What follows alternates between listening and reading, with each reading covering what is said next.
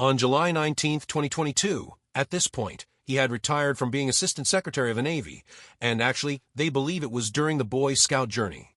Everyone knows what Pawn Stars is about on the History Channel, unless they've been living under a rock. With over a decade of broadcast, the show has achieved not just global recognition and tremendous popularity, but also considerable financial benefits for its cast, transforming them into reality TV stars.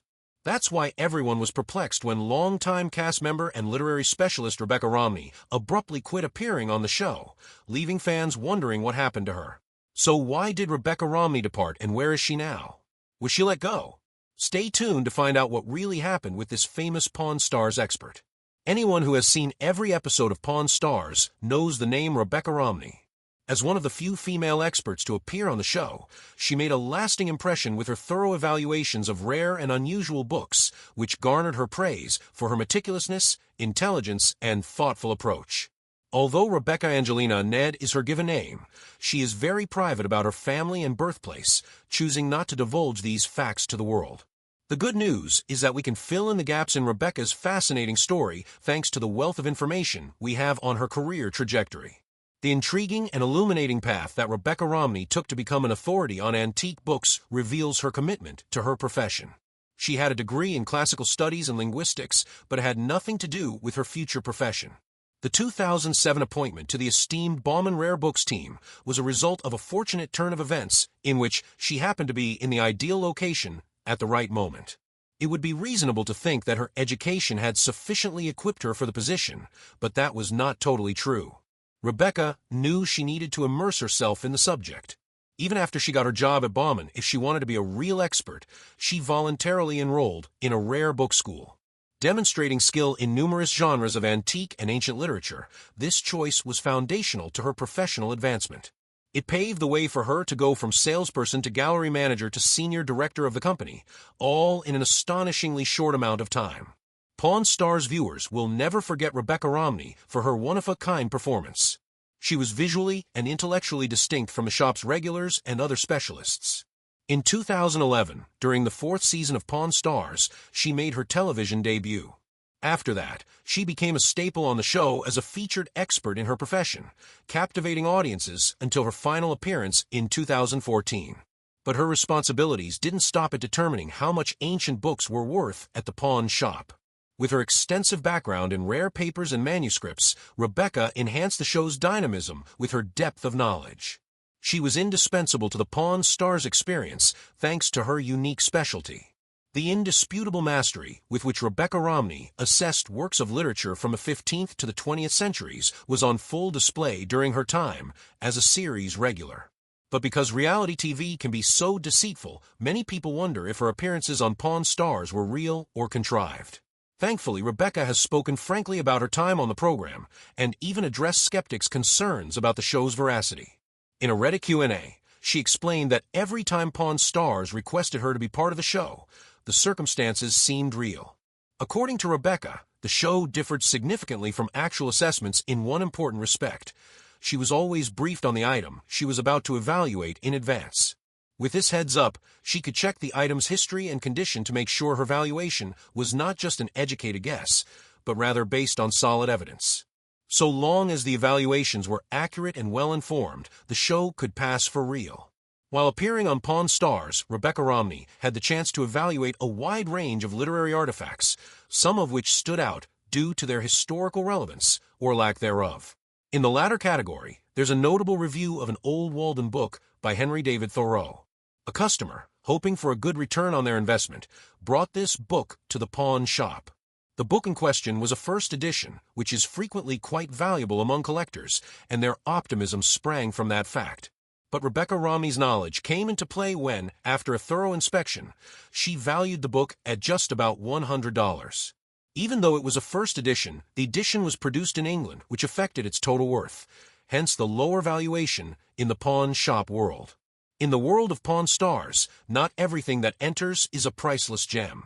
When customers learn that their treasured possessions aren't worth as much as they had anticipated, some sellers get quite downhearted and decide to leave the store. In an episode called Zudo, for example, a guy called John presented an autographed copy of Richard Nixon's memoirs. John was hoping for a lot from this historical artifact, but according to Rebecca Romney's estimate, it was only worth about $200 since it was a second edition. The fact that not even Nixon's autograph could raise its value much in this instance demonstrates how edition and condition are two of the most important variables when estimating the price of collectibles. On the other hand, there have been shows when sellers made a killing off of what seemed like a simple book. An example of a book that collectors will pay a big penny for is The Adventures of Tom Sawyer by Mark Twain. The pawn shop once paid $5,500 for a rare edition of the book.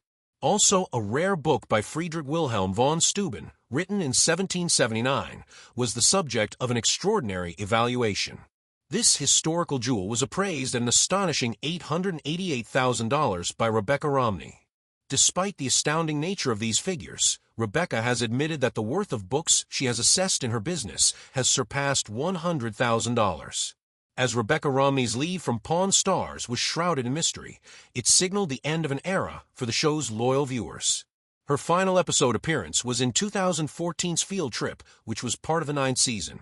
Given her apparent popularity with the show's viewers, her abrupt departure inevitably left many mysteries unsolved. The total absence of justification for Rebecca's departure was among the most puzzling components. Neither she nor anybody from the Pawn Stars production team explained why she was let go from the show. Many admirers were already curious about the circumstances of her departure, and the lack of information only made their interest grow. Many fan hypotheses circulated due to the lack of actual facts. Some thought she'd been fired from the program, while others questioned whether she had problems with the other cast members. Fans of Pawn Stars are still wondering why Rebecca Romney left the show, and the real reason for her departure is still a mystery. Although no one from Pawn Stars ever made a formal announcement about Rebecca Romney leaving the company, we may still piece together clues and speculate as to why she left. It would appear that Rebecca's departure from the program was closely tied to her transition from her job at Bauman Rare Books in Las Vegas to a role at the Philadelphia branch of the same firm. She probably couldn't keep filming for the show after this transfer because of the huge distance involved. Looking at her LinkedIn page, which details her employment history, and seeing how the dates match up with the probable cause for her leave lends credence to this argument. Fans who have reached out are understandably curious about Rebecca's present status in regard to the Pawn Stars group. Nevertheless, this part is still up in the air. Although her real-life acquaintance with Rick Harrison is well known, there's been no news of her or him being seen in public recently, nor has anybody mentioned that they are still friends or interacting. Viewers of Pawn Stars are still left in the dark about how Rebecca's relationship with the ensemble has developed. Rebecca Romney's job advancement was certainly merited, as it is not easy to get a promotion to a more senior and maybe more lucrative position inside an organization. She was really responsible for a lot at Bauman Rare Books as a senior director, reporting directly to Natalie Bauman, the co-founder of the firm.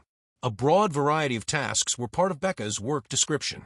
In addition to her work as HR manager, she was instrumental in launching the company's research initiatives, crafting its marketing strategy, and guiding its acquisitions.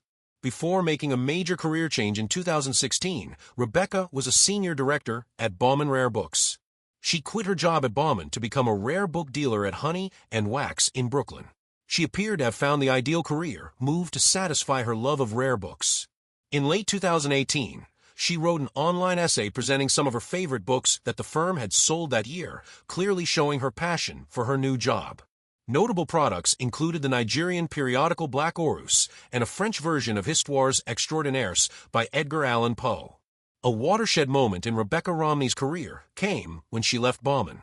Even now, nobody knows why she made this decision. Keep in mind that she departed from Honey and Wax booksellers in the middle of 2019.